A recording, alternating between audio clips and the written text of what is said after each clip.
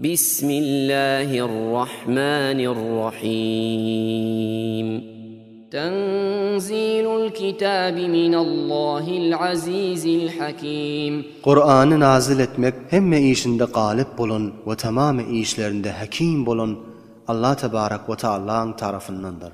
إنا أنزلنا إليك الكتاب بالحق فاعبد الله مخلصا له الدين Tahkik biz sana ey Muhammed Kur'an'ı hak bilen nazil ettik. Pesten Hudaya ibadet et, ibadetini Hudaya halis edip.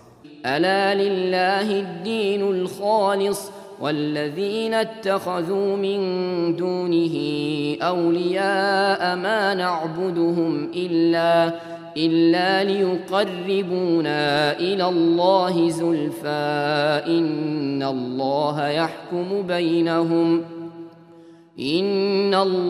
يحكم بينهم فيما هم فيه يختلفون إن الله لا يهدي من هو كاذب كفار Agah bolun Huda içindir halis bolun din. Ol tor adamları ki bir Allah'ını koyup botlara ibadet et yardılar.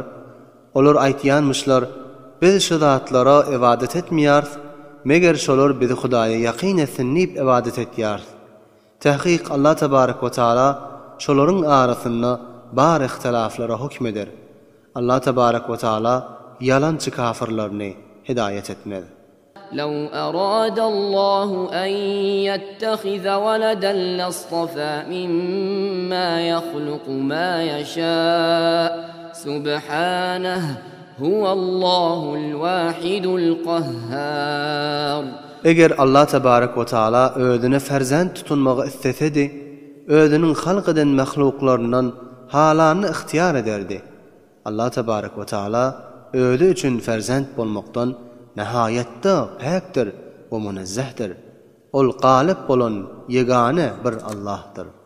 خلق السماوات والأرض بالحق يكور الليل على النهار ويكور النهار على الليل وسخر الشمس والقمر كل يجري لأجل مسمى ألا هو العزيز الغفار Allah Tebarek ve Teala asmanları ve yerini hak bilen ve hikmet bilen yarattı.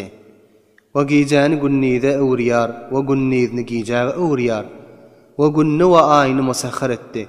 Her bir öz mesirinde seyreder. Bir muayyen bolun mütteçeşelli. Agah bolun Allah Tebarek ve Teala tamamı işinde galip ve musallettir. Ve müminlere gafurdur.